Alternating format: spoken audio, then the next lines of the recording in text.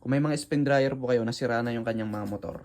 Huwag po muna tayong bumili ng bago kasi itong motor na ito, napakamura lang po nito mga bossing. Dahil po marami sa atin na hindi alam yung mga connection nito at paano siya ikabit.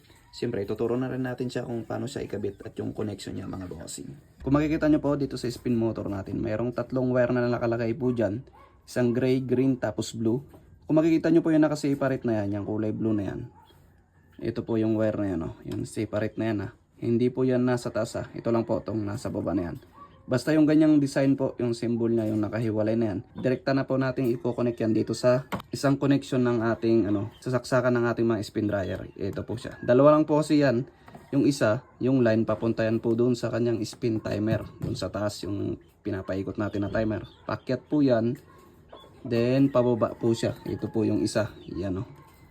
Tapos itong isa naman yan, direkta na po to doon sa spin motor mga boss. Kukunik na lang po natin na ganyan. Siya. Then after naman natin may connect yung main supply niya dun sa blue, yung nakahiwalay na yon. Sunod naman tayo dito sa green at gray mga bossing. Bale ito po yung gray at yung green mga bossing. Ito pong natitirang dalawang wire na yan, dyan po natin i-connect yung kanyang capacitor. Kahit po magkabaliktad yan, wala pong polarity yan. Kasi AC capacitor po ito, kahit magkabaliktad po yan. Then kung makikita nyo po yung kulay gray, gray. Yung symbol niya po na yan, yung may bilog na yan.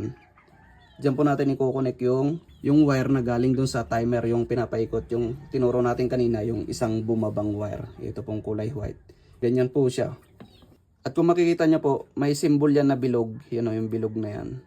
Diyan kasi pumapasok yung supply, yung bilog. Line at neutral, depende po dyan. Ito po siya. Tapos ito yung green, yung wala siyang ibang connection. Isang wire ng capacitor, dalawa yung connection niya. Galing sa timer at papunta sa motor. At basta po pag naikabit nyo na yung mga connection niya, huwag po kakalimutan lalagyan ng electrical tape yung mga connection. At yun, ganun lang po kadali yung pagkakabit naman na ito. Bali, tatlong wire lang po yan. Pero kung alanganin po kayo sa inyong mga connection, ay gumit na lang po kayo na ito tapos ipakabit nyo na lang dun sa mga technician o kaya dun sa mga marurunong. Kisa namang bumili kayo ng bago, ito na lang yung bilhin nyo. Ilang? Peace.